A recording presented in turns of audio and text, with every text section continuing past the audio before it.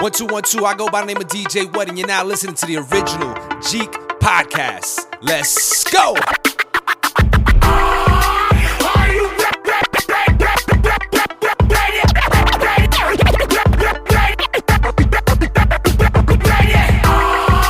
Ready to make an entrance, so backward cut.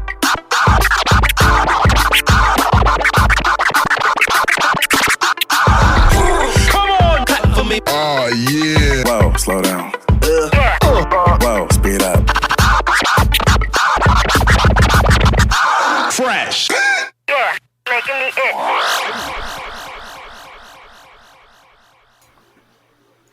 What up, Jeeks? This is your host, the one and only RockinMrMagic, and welcome back to another episode of the original Jeek Podcast. I hope everyone out there is doing awesome and well. We are here bringing you more heat for your ear balls. So let's get into it. Here we go. Starting with a new segment called Wild Take of the Week. We may have one every episode. We may not sure yet.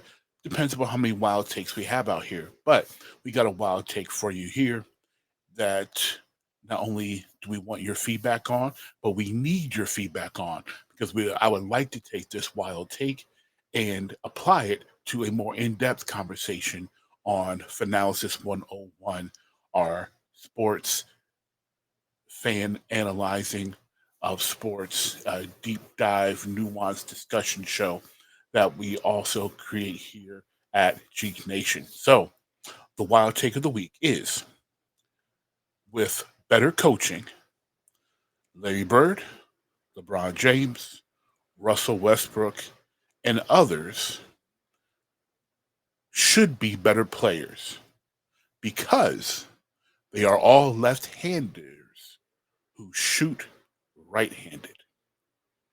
If you did not know this, yes, Larry Bird, LeBron James, Russell Westbrook, and other NBA players are natural left-handed people who happen to play the game using the right hand as their predominant hand. It is my contention that if coaching was better, these already great players would be even better than they are or were. That is the wild take of the week. It'll be the poll for this episode. It'll also be posted in our Facebook community, League of Jeeks, newly renamed. We love to hear and need your feedback so that we can talk about this more in depth on Finalysis 101. So, this is going to be a episode that doesn't have a lot of topics, but may take a little bit of a time because of how much in depth we've got. So on this episode, you can look forward to two things primarily. One is the following, which is going to be a WNBA season recap, and also a review of the miniseries Washington Black. So let's jump into the WNBA. The 2025 WNBA season, in my humble opinion, can only be described as a rousing success in so many ways. I want to start off with congratulations to the award winners in this year's season. Those award winners being the MVP, record fourth MVP for one of my all-time favorites, my favorite player that's currently playing, and that is the one and only A'ja Wilson, winning her fourth WNBA Most Valuable Player award. Also, shout out to Naz Hillman, the WNBA's sixth Player of the Year. Congratulations to A'ja Wilson and Alana Smith, who are the co-defensive players of the year. Congratulations to Paige Buckets Beckers, who won the Rookie of the Year. Congratulations to Veronica Burton, who was the Most Improved Player of the Year. And Congratulations, and lastly to Natalie Nakas. No, yeah, no, not Nakasaki. Nakase, Natalie Nakase, the coach of the year, who was the coach of the expansion Golden State Valkyries. Congratulations to all these amazing women for the amazing seasons that they had and the entertainment they provided on the basketball court. Congratulations to all of you. Excellent, excellent job. Applause for you all. Applause. Well done. Asia Wilson, yo. Look, if you don't like basketball, if you just care about the NBA or the NCAA men's, then just say that. Don't say that you like basketball. If you like basketball, and if you're someone like me who loves basketball, you should love what's going on in the WNBA right now. This season was amazing. We had so many things that people didn't expect. We had a injured Caitlin Clark for most of the season, and despite the injury to Caitlin Clark for most of the season, the Indiana Fever made the playoffs. And not only did they make the playoffs, they made it to the second round of the playoffs, where they gave the eventual champions a better fight in the second round than the finals opponent did. So, big shout out to the Indiana Fever for a successful season, and for Leah Boston, who, while she didn't win any individual awards, she was out there doing that thing and showing who the best player on that Indiana Fever team still is, and her name is Leah Boston. We've had some disappointing. Some teams disappoint where we expected them to really be playing better. After Kelsey Plum got traded to the Sparks, people were expecting the LA Sparks to play better. They really did not, unfortunately, for that team. They didn't make the playoffs. While people expected Plum to come with that championship experience and kind of ignite. There's no pun there intended, but to ignite the Sparks to play better. That did not happen, and we had some disappointing play out of the defending champion New York Liberty, who just seemed to kind of not. They just seemed to be missing something, missing some drive, missing some aggression. Maybe championship hangover kind of got to them a little bit, but there was something not there that was kind of expected for the New York Liberty to be there, especially with the stars on that team, with Breanna Stewart, with Sabrina Ionescu. I expected more out of these defending champions, and I really thought that they were going to return to the WNBA finals. I didn't think that there was much standing in their way from being able to get to the final stage and defend that title. Unfortunately for them, their season ended a little early in the playoffs. And then the biggest surprise for me was the big turnaround. Now, if you're not aware, if you haven't listened to this show a lot, if you're new to the show, or if you're new to any Jeek Nation show that talks about sports, which is currently just the original Jeek Podcast and Analysis 101. So if you're new to either one of those shows and you're not aware of my allegiance, my current allegiance in the WNBA is to the Las Vegas Aces. It was the Detroit Shock, but they don't exist anymore. And while they did announce that that there will be a Detroit franchise coming back to the WNBA, it hasn't happened yet. So my favorite team, for now at least, is still the Las Vegas Aces. And I was saddened. I was saddened by Kelsey Plum getting traded to the Sparks. I wasn't happy about that because I'm a fan of Plum Dog. I think she is a fantastic player. I think she's a fantastic personality. Um, she, to me, was part of that Aces core that I thought was very important. Chemistry wise, she was a big, part of that team. So losing her, I didn't think the team would be bad, but I really thought that she was that her leaving was going to leave a hole that was going to be hard to fill. Not impossible, but hard, and would potentially have a negative impact and keep the Aces from being as good as they could be. And for the first, essentially half of the season, I was unfortunately kind of right because 28 games into the season, the Aces were 14-14. They had gotten blown out by the Minnesota Lynx, who by like 50 one game. It was ugly. And I was like, do my Aces suck?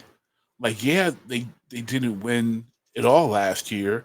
Um, you know, the Liberty did, but they had just won the year before that.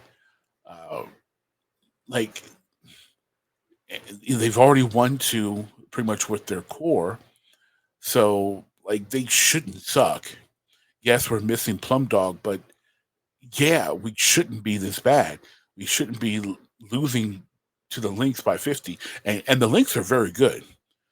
Nafisa Collier and that's and that I don't want to say crew, I guess, but crew and the rest of that team are very good. The Lynx are really good.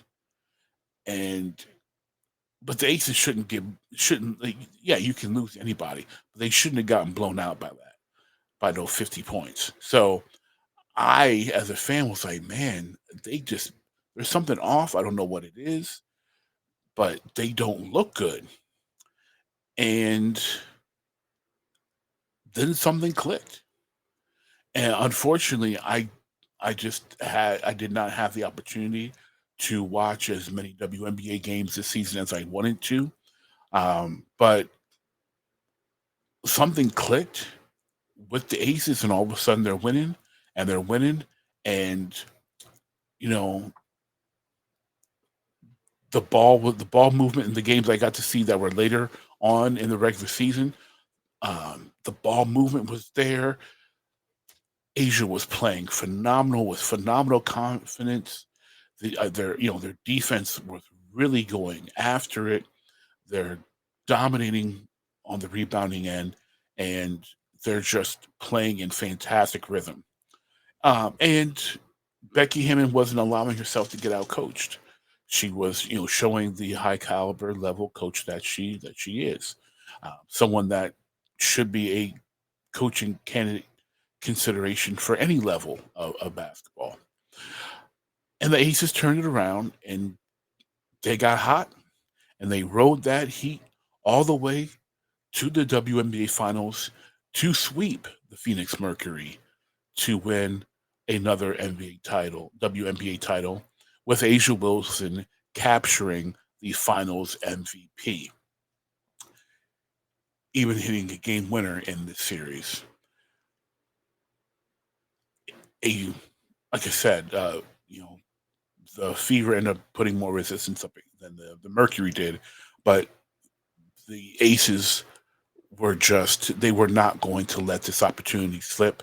I think they felt that they should have been able to beat the Liberty last year, and they weren't going to let this opportunity go. And they showed that they were the best team in the WNBA again, and left no doubt. To be quite honest, they left no doubt. And the league itself left little doubt, in showing that they are a league to contend with and a league to watch. A record-setting 1.2 million viewers for this postseason on ESPN. So congratulations to the entire league on that aspect, and well deserved, because the product of the basketball product has improved. Their marketing has improved, and And shout out to the WNBA fans who watch the WNBA, people like myself, and but not just people like myself who are like who are old enough to be day one watchers, but the newer fans who have embraced these teams, and particularly the young men. Because if you're not aware, most people that watch the WNBA are men. The biggest fan base is comprised of men. Uh, I hope that changes. I hope more women start to watch and enjoy the WNBA. But for right now, the ones driving the growth of the WNBA are men.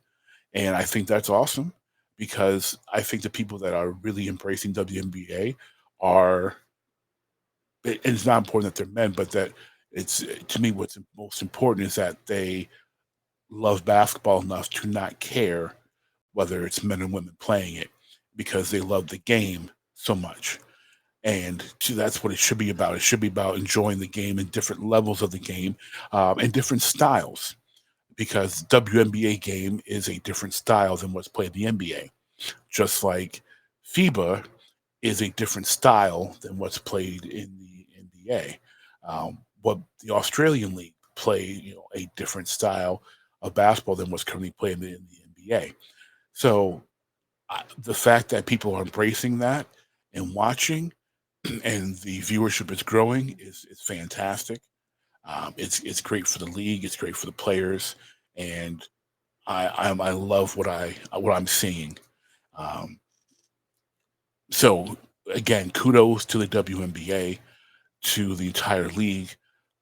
Congratulations to the champion, my Las Vegas Aces, back on top where we belong.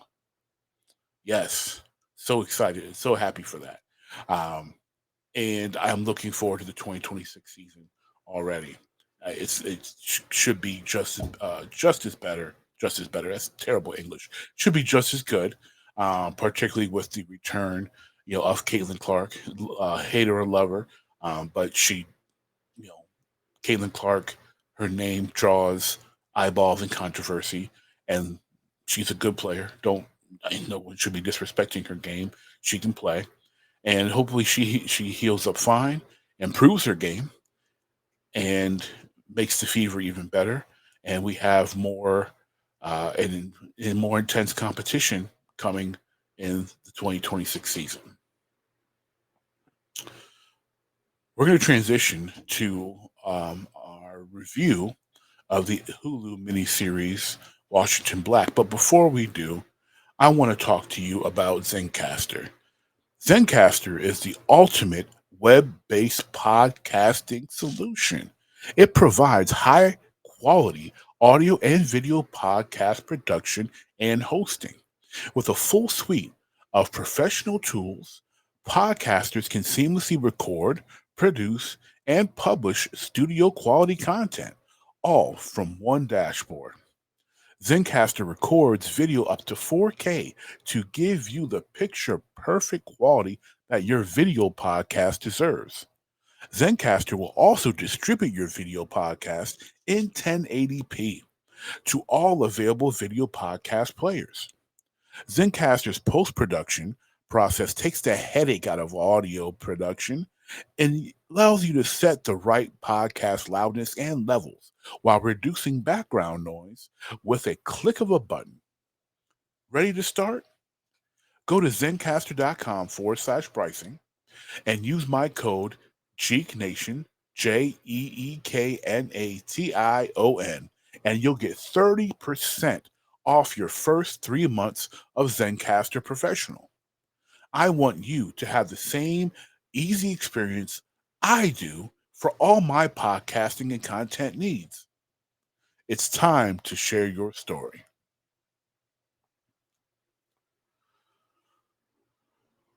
Now, our main topic, a little R&D, a little review and discussion of the miniseries Washington Black. Now, I'm going to preface this by stating that I never read these. This is based off of a book. I never read the novel. I had actually never even heard of the novel prior to this review. So this is essentially, new to me. This property is new to me. I haven't been reading as much as I'd like. It stinks. Part of being old, part of adulting. You don't get the chance to have as much leisure as you want, especially when you're trying to create like this. It takes time. So unless y'all want to be the most awesomest fan base in the world, and support this podcast not only with you listening, but financially, so that we can do more and do better and do more.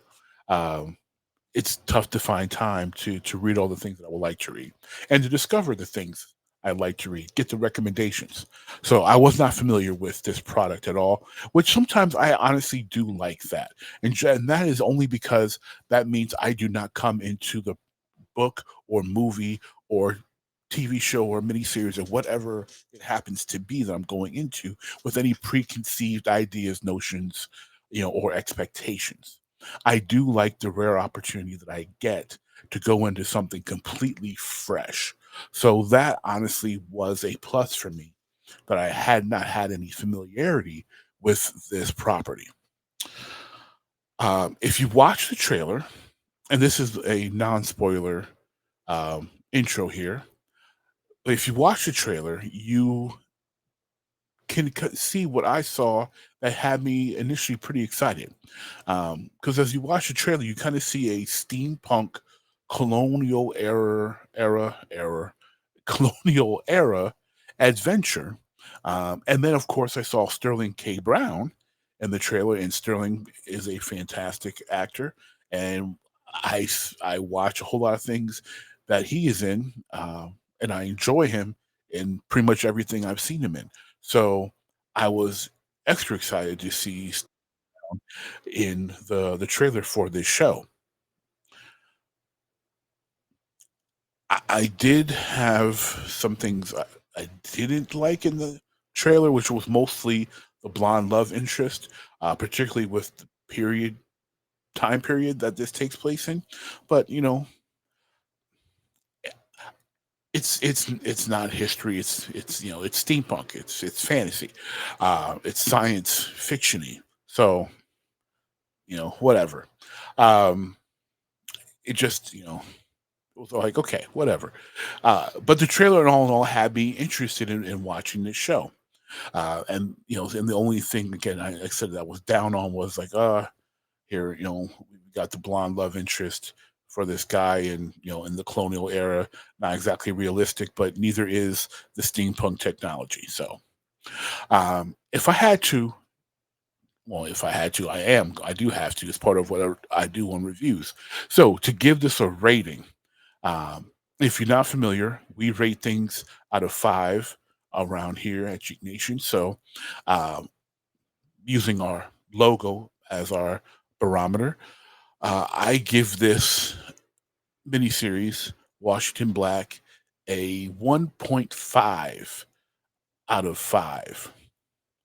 Unfortunately, it is a low score. 1.5 out of 5. I don't encourage people to watch this just because I don't think it's very good.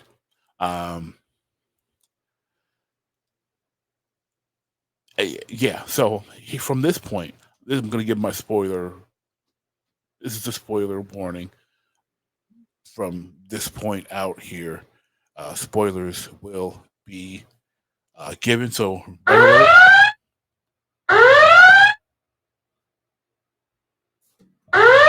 spoiler zone. You've heard the red alert.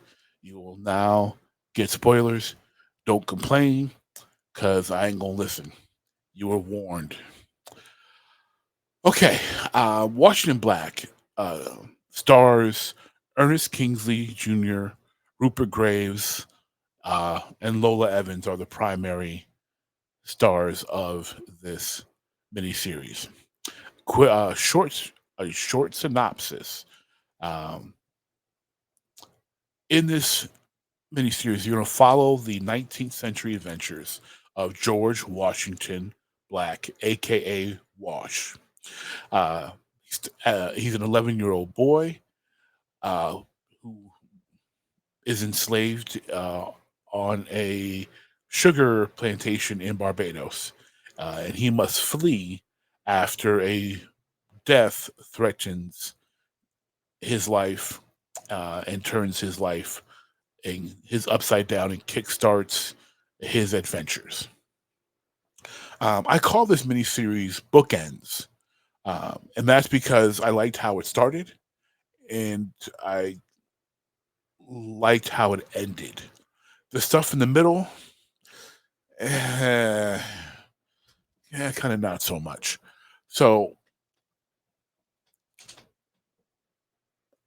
I'm going to give my general 3 pros and 3 cons, and I'm going to do my best because I already gave this a low rating to not wallow in the negatives because I want to be objective about this because I pride myself on my objectivity. So I'm going to really focus on being objective in this review and not wallow in the things that I did not enjoy.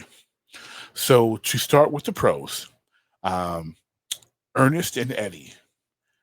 Ernest and Eddie are pros. Now, again, I mentioned that this stars Ernest Kingsley Jr. It also stars, he plays Washington Black as an adult.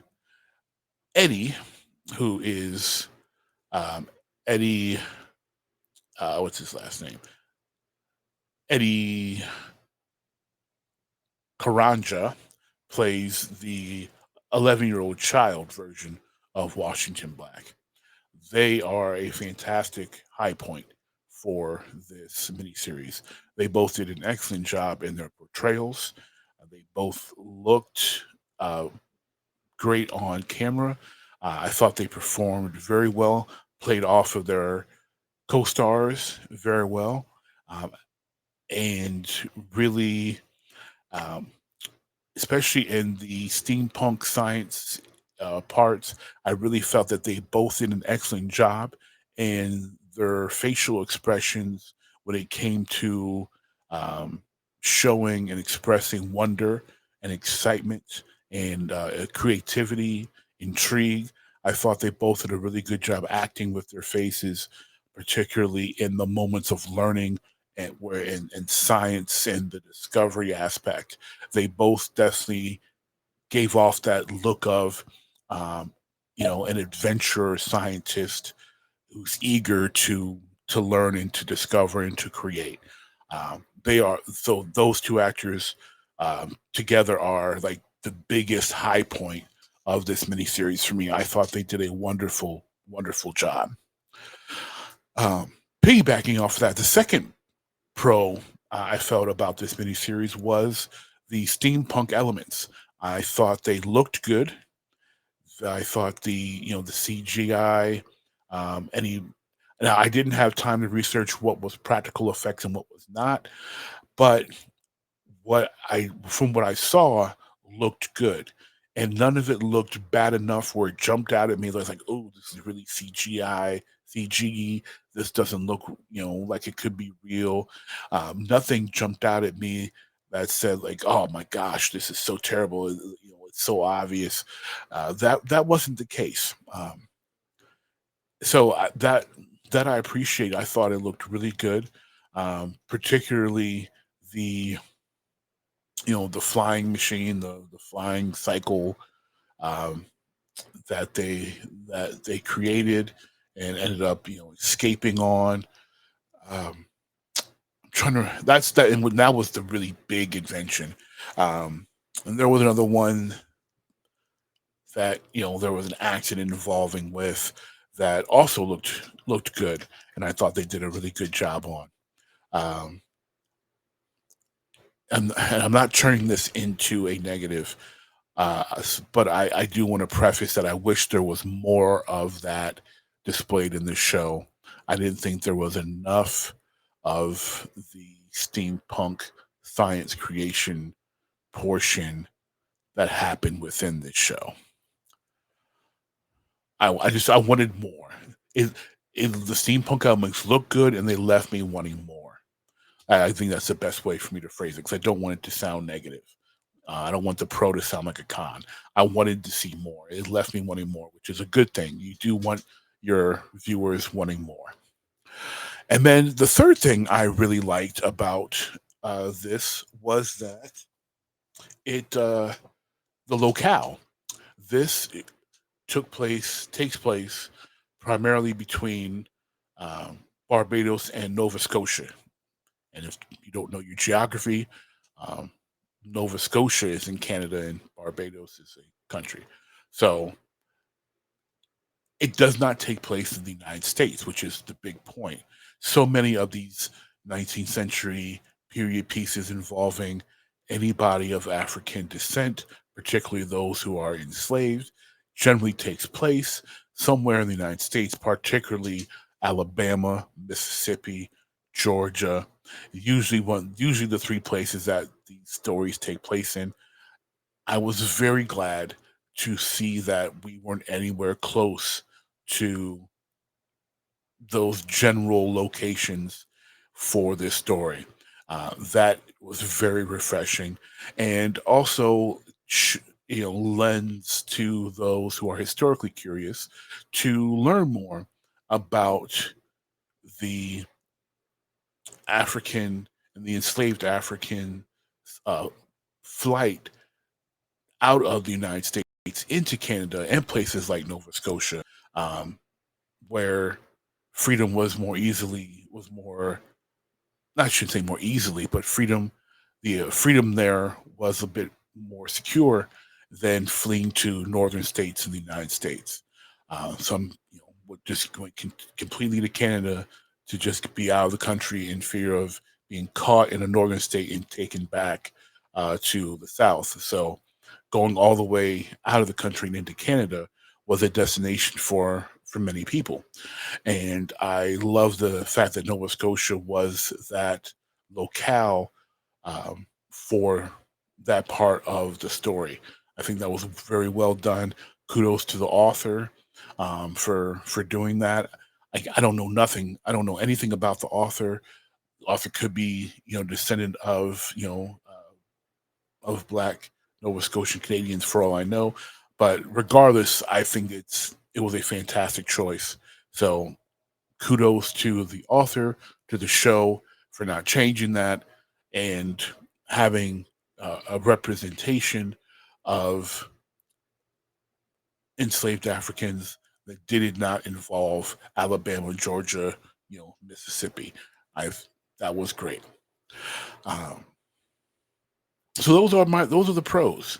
That's my three major pros. There are other ones, but those are the big ones. And unfortunately, there's not many more pros because I did give this a 1.5 out of 5. But those are the big pros. And if you decide to watch Washington Black, I think you will agree with me on all of those elements of the show. Um, and of course, Sterling K. Brown. I love Sterling. He's great. And he was good in this. He just, I fell for the okey doke, um, and thought he was, well. I'll go into that in more detail. So those were my pros. Now we will transition into the cons of Washington Black. Since I was already starting to go off on a tangent, the first con is there's not enough Sterling K. Brown. Uh, as I mentioned earlier, uh, Ernest Kingsley played Washington Black. Sterling K. Brown is not Washington Black, so we do not have a show full of Sterling K. Brown. He plays a minor character called Medwin, and he did a good job as Medwin. They did not give Sterling a lot to do except for a small ish backstory that he was involved in with, I forget this brother's name, but he played Simon in Battlestar Galactica. He played the one black Cylon who didn't get to do much. I forget the brother's name. I want to say Tony or something like that, but I don't think that's it. But there was a small backstory involving Sterling Brown. There just was not a lot for him, and I kind of felt that they threw him in to put an excellent and well-known actor, to do what they did to me and kind of fall for the okie doke, thinking that he was more involved in the story than he was. I knew that he wasn't the title character. I was just unfortunately under the false. I went in under the pretense that Sterling K. Brown was a more central figure than he was, and that was myself, taking the bait and falling for the okie doke. So, but just all I say all that to say there wasn't enough Sterling K. Brown in this series. He's by far the best actor that they had available. No, yeah, he was the best actor on.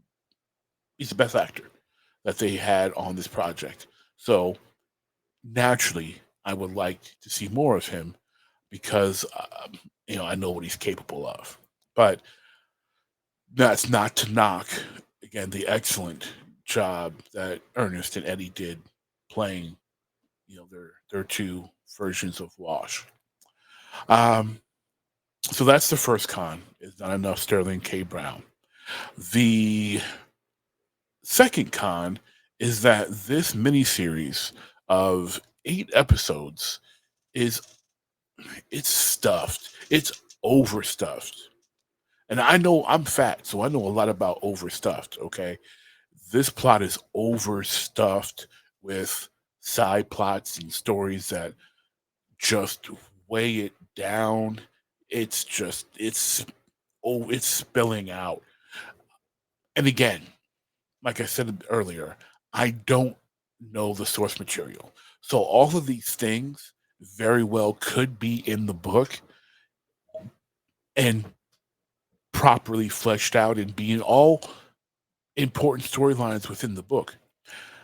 I'm pretty sure the book did not do what this miniseries did, the way it jumbled them together, the way it put a lot of time here and not time here. It it feels insanely overstuffed. They really could have whittled this down and made things feel a lot more, well, have a lot more of a conducive and easy to follow flow. One thing that is tough with the overstuffing is that they time jump a lot. You'll see Wash as a kid, then Wash as an adult, back to Wash as a kid, then back to Wash as an adult, and you go back and forth, and you're just juggling all these stories, and just some of these stories that really just it's like, huh, what was the point of that? That that is there's I'll give some examples.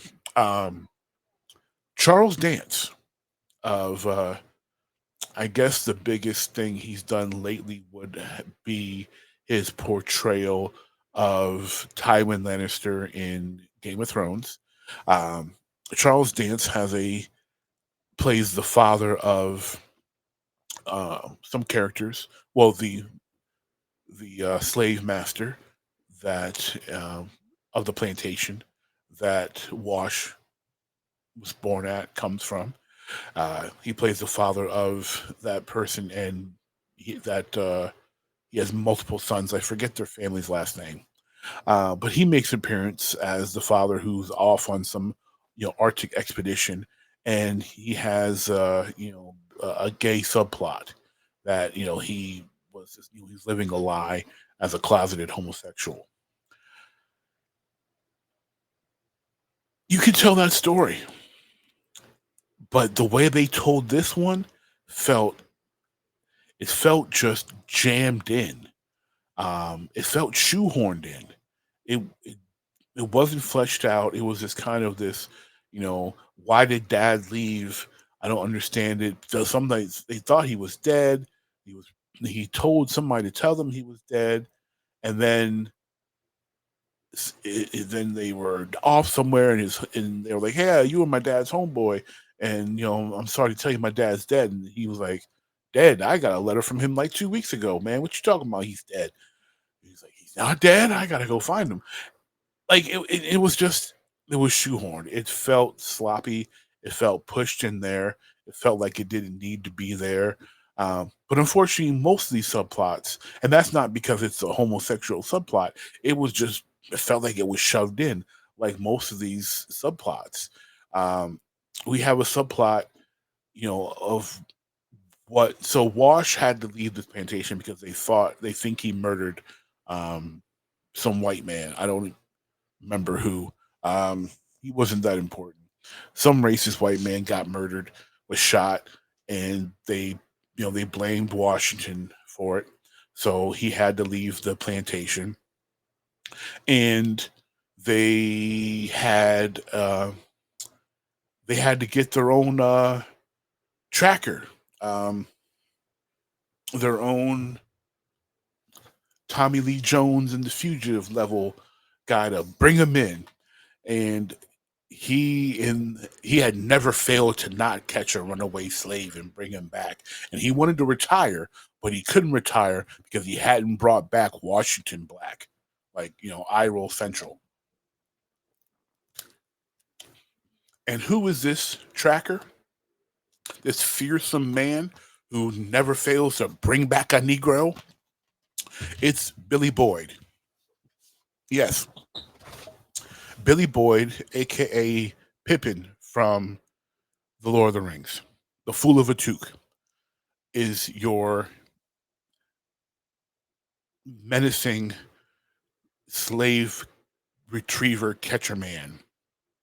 Which I look at the man and I just see an old hobbit, and there's nothing menacing about this guy, and nothing against Billy Boyd as an actor. I think he's a good actor. I don't understand why anyone would cast him to try to be this menacing figure, even if he had never played a hobbit. There's nothing about the man that looks menacing or scary, or that he's going that somewhere somehow him. And it's not like he had a team. It'd be one thing if he was this small unassuming man that gave the impression that he wasn't dangerous, but he was I don't want to see this. It's not a wrangler, because you don't wrangle dogs, but like if he was a trainer and he had extremely well trained dogs that that he had greyhounds for the speed and bloodhounds for the tracking of the scents, and he had all these dogs to help him be able to track down you know uh, runaway slaves and bring them back. And then he had a couple big tough men that were like they hint at that were bred to bring back people, but none of that. They make him out to be this like just this obsessed Lone Ranger, and I'm like, that man ain't retrieving nothing. That man ain't retrieving a frisbee. Like, are you kidding me? This Billy Boyd doesn't have that type of presence. He doesn't have the gravitas to pull that off. He don't got it. There's nothing intimidating about him. So that just and so like that's a whole subplot of him having this dogged pursuit, a la the Lieutenant Philip Gerard of The Fugitive chasing down Richard Kimball. He's chasing down his Washington Kimball through through the world, from Barbados to Canada, and just following him, trying to bring him back. Like Wash left when he was 11, and he's like, I don't know, 26. Like you've been trying to find this guy for 15 years. That's what's holding you back from retiring. Like it just didn't. Like none of that was realistic or made any type of sense. It's just the casting, and then again it was shoehorned in, the obsession. They never really they didn't put the time in to show him getting really close other times, or again they didn't give him anything to make it believable that this little man is somebody worth fearing. You forget about him. Like Wash is being pursued because that's the whole inciting incident that makes him have to leave Barbados. But you forget that he's supposed to be being chased throughout, age 11 to age 15. You forget about it. It's no big deal. He's in hiding, and he doesn't seem to be in any type of real danger. So like it's just again, it feels shoehorned in.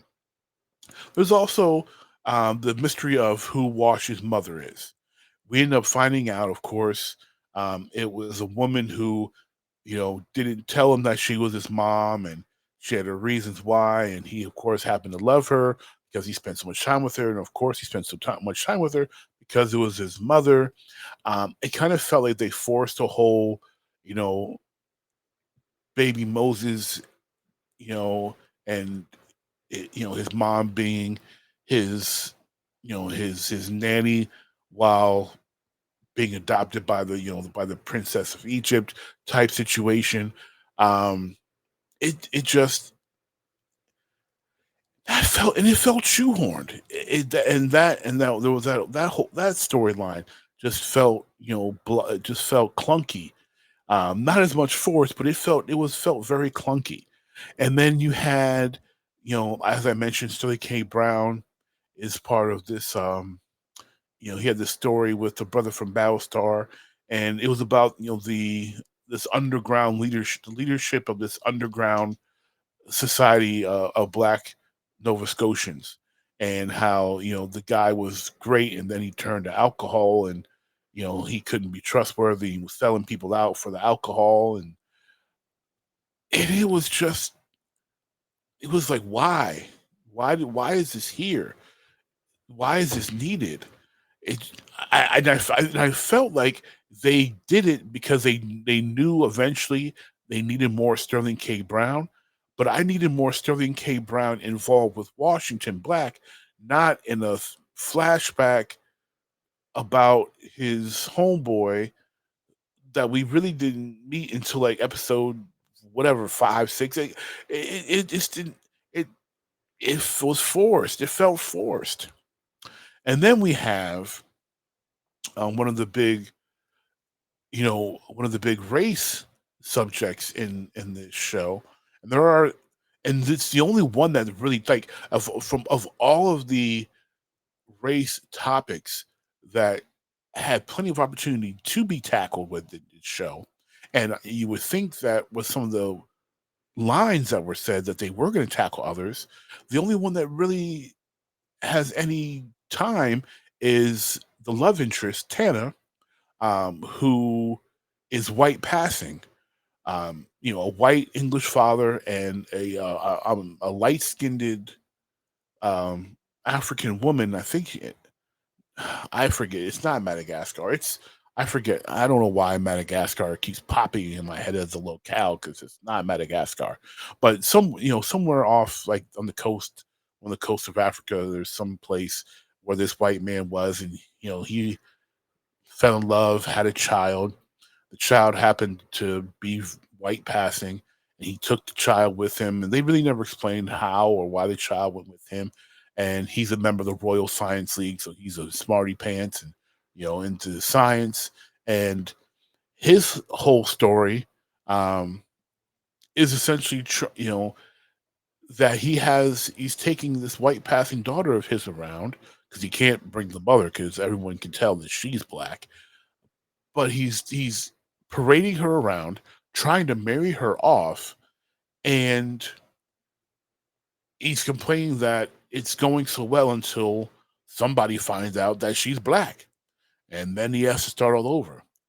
And then we come to find out that we don't know for sure if it was all self-sabotage. Well, we come to find out that she's like telling like these dudes like, hey, I'm Black, right? My mom was Black. Yeah, like from Africa Black. Like not even colonial Black, Black in its original packaging Black. So, you know, and they repeat this multiple times throughout the show. Um, of this of her white father trying to conceal her blackness in order to marry her off, and he wants to stay in good graces with the Royal Science League, and it goes nowhere. um you know you Most of the time you want the parent to learn a lesson or change. Her father really doesn't change. um and it's kind of like sloppily done. It's just it's I don't know if it wasn't well fleshed out. I don't know if there's things that were just left on the cutting floor that you know did things better and made it more cohesive, or at least more impactful as far as the plight of people who are white passing. You have to, you know when you hear white people be comfortable around them, and they say the racist things, and they're like, hey, I happen to be black, you know, don't be saying that around me, or you're treating me this way because you think I'm white. It's just, yeah, it was, they touched on it, and it was a repeated story, but they really didn't do more, but very much stay on the surface. And like I said, there were other things that should have been delved into more. And that just ties into my last con, which is the character Titch. The character Titch, who was played by Tom Ellis, and Tom Ellis, like you probably don't know Tom Ellis by name, but like you've seen Tom Ellis. He's a Welsh actor. He's a what is he from? He's a handsome dude. What is the show? Oh, he played Lucifer. Yes, he played Lucifer on the show Lucifer. Um, so if if you watch Lucifer, you know who Tom Ellis is. Um, I I don't know how many people. I don't know how big of a fan base Lucifer show had, but Tom Ellis, handsome guy, played Lucifer. Has one of those great, one of those like alluring British accents. Um, Women go gaga for this guy. Great looking guy.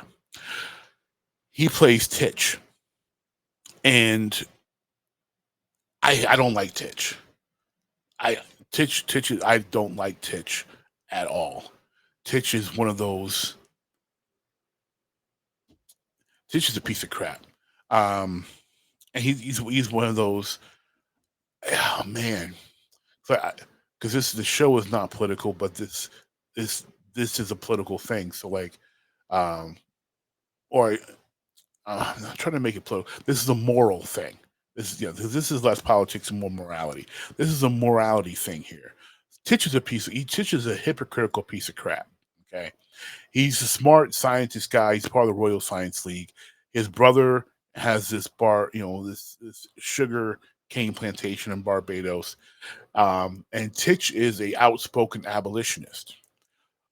Titch shows up at his brother's place in Barbados and essentially asks his brother for a slave. Where his brother's like, the abolitionist is asking for a slave? Like what? Like like, okay, your hypocrisy knows no bounds. You're out here always talking about how bad and terrible I am, but you come in here and you need a slave to help you with your science. And that slave, of course, ended up being George Washington Black, who had, of course, his own mind and had shown a curiosity and an aptitude for science. And Titch becomes essentially his surrogate father after the incident that caused the one white man's death.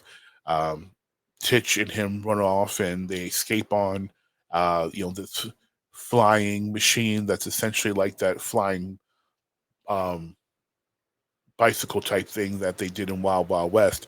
But they fly away on this flying machine, and they go off on many adventures throughout the world. And Titch becomes his surrogate father. Um, but Titch is not his surrogate father. Titch is his slave master, and they don't address it at all. They never confront it at all. They never have Titch learn his lesson. The fact that he was an extreme hypocrite, because Yes, he loved Wash in his own way, and he taught Wash all these things about science, and Wash helped him with their adventures in scientific advancements. But Wash was his slave. Wash was not a free man; he was his slave, and Titch never had any comeuppance, never had a moment of clarity, never had an apology to Wash. Hey, Wash, you know, I should have freed you the moment I got you, or once we left Barbados, I should have made you a free man. Blah blah blah. None of that. None of that happened. Um, Titch is a piece of crap, man. Um, Ellis did a really good job playing the character. Um, and he played it with a lot of wit and charm, which is I can understand why like people and the characters would be start to like Titch because he seems nice and kindly and good hearted, and seems like a nice moral guy.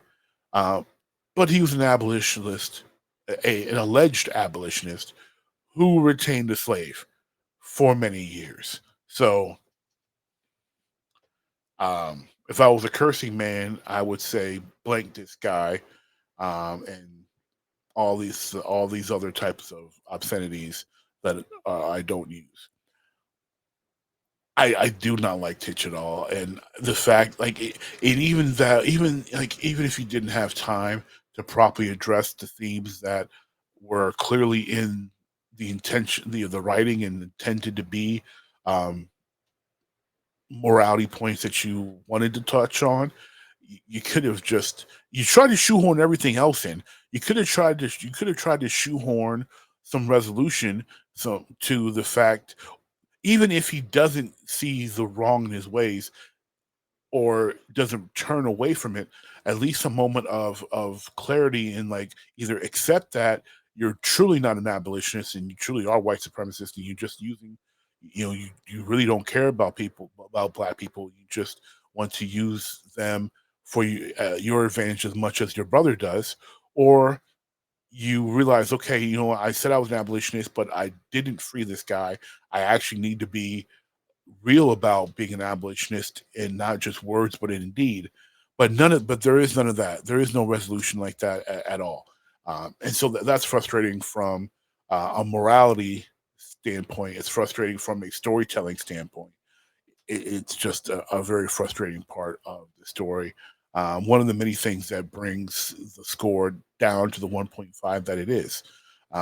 Because essentially what you have is an overstuffed miniseries with a bunch of not necessarily all unresolved, but just not well done subplots and subplots that don't have satisfying resolutions. Um, yeah, there are other cons, but I'm not going to rant on those. Except for that Wash should be dead because he fell off a cliff with Pippin. But that's a whole nother thing. I'm not going to go into that. So again, my ranking of Washington Black is a 1.5 out of 5 logos. I hate to say I don't recommend watching it, but I don't recommend watching it unless you're curious about it because it does leave a lot to be desired. It's not bad TV. It's not something that you shouldn't watch. It just feels you. It leaves you feeling unfulfilled. Um, I will cap off again. I did like the ending, even though the last episode felt like they tried to just force feed and push like 3 episodes worth into one. I simply enjoyed the fact that Tana essentially eschewed her her white side, her white heritage, because her father continued to try to force her to hide her blackness. She and Wash end up in Africa, married. They have a baby. They're living in Africa. They're wearing tribal wear, dashiki looking garbs, and they're just having a beautiful life in Africa. They have a child. They're happy together. Um, and it ends with them just having their beautiful life together in Africa, and that's wonderful. I love that. I think that's wonderful. Uh, I like happy endings. Um, again, it's the way they brought about it felt rushed and unearned. I but I liked the ending. It just unfortunately, the execution wasn't great. Had a promising start, had a sweet ending. Just the stuff in the middle, bookends, bookends a miniseries with a hint of Sterling K. Brown. 1.5 out of 5 stars. Five, not stars. I don't do stars. 1.5 out of 5 logos. If you check it out, I would love to know what you think. I would love to hear your thoughts. Please comment either on this episode on Spotify or our preferred interactive podcast player, Good Pods, where you can share and comment and interact with the show. So to close out the show, since we are in the month of October, the spooky month. Even though I'm not a spooky person or a Halloween participant, um, I do enjoy an exciting like thriller. Um, the ones that are like more thriller than horror. And last episode, I gave you a list of what I consider not five not so horror films. This episode, I'm going to give you 5 horror/thriller movies that I want to see that I have not had the opportunity to see. So that list is comprised of Him, that came out this year by Jordan Peele. I know it's had a lot of mixed reviews, but as a sports guy, especially someone who loves football as I do, I'm extremely intrigued to see the film Him, um, and Marlon Wayans in serious roles. Most comedic actors in serious roles is always intriguing to me because I think they have the greatest potential to either do excellent or bomb. Like I don't think there's like really an in between. Either comedic actor going to a serious role absolutely kills it, is amazing, or they absolutely bomb. It's generally either one or the other. So I'm very excited to see this film, despite the mixed reviews out there. Um, Another film that I would like to see that I have not seen is also by Jordan Peele, and that is Us. With Lupita Nyong'o and Winston Duke. Um, I and just I'm not a horror guy, so like I I haven't had the opportunity to get to be in the movie theater for a while. Thankfully, my schedule is going to be allowing for me to do that more. But um, during that time when Us came out, that was not possible. So, but I plan to make the time to watch Us because it looks very intriguing. The next film is Black Box, which is a 2020 movie starring Queen Felicia Rashad, as well as uh, Mamadou Ache, who you might recognize from the Netflix horror series Archive 81, which I watched like the first couple episodes of that. I do need to finish that. But Ache's an excellent actor. So I am looking forward to seeing that movie. And the next one I want to see is on Netflix. It's Parasite, which is a Korean film, and it looks fantastic. The reviews um, from the little bit of scuttlebutt about reviews, all say it's excellent. I hear was nominated for a bunch of awards as well, and I thoroughly enjoy Korean films and media in general, and so I've seen Korean horror slash thrillers like The Silent Sea, which is also on Netflix. That's a recommend watch. So I'm really looking forward to watching Parasite. And then the last one is definitely more of a thriller than horror, but it's a classic, a Gene Hackman rest in peace classic that I haven't seen. And even though like I know Enemy of the State that he and Will Smith did paid a lot of homage to this movie, I haven't sat down to see it. And that is The Conversation, starring Gene Hackman and Robert Duvall is in it, and a very young Harrison Ford, and the one guy that played Fredo in Godfather, he's also in that. So I'm really looking forward to watching that movie because from what I hear, it is an excellent film and a film that makes you think.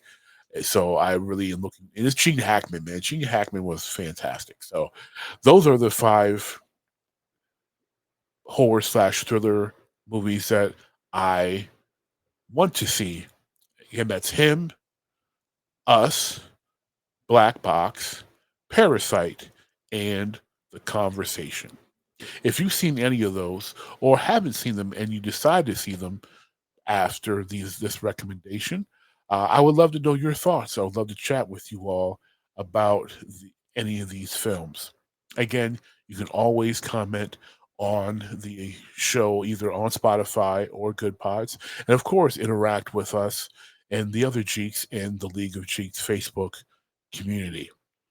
That's going to wrap up this episode of the original Jeek Podcast. As always, I am your host, the one and only RockinMrMagic, and I want to thank you for listening and continue to support this show.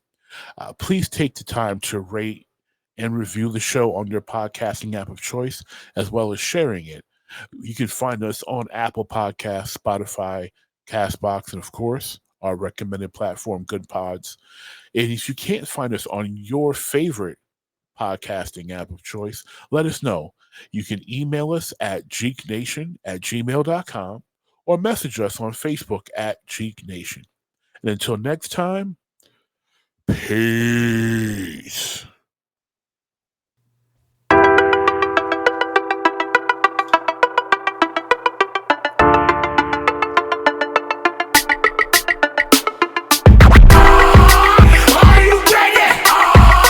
Ready to make an entrance, so backward. Cut. Come on, cut for me. Oh yeah. Whoa, slow down. Whoa, speed up.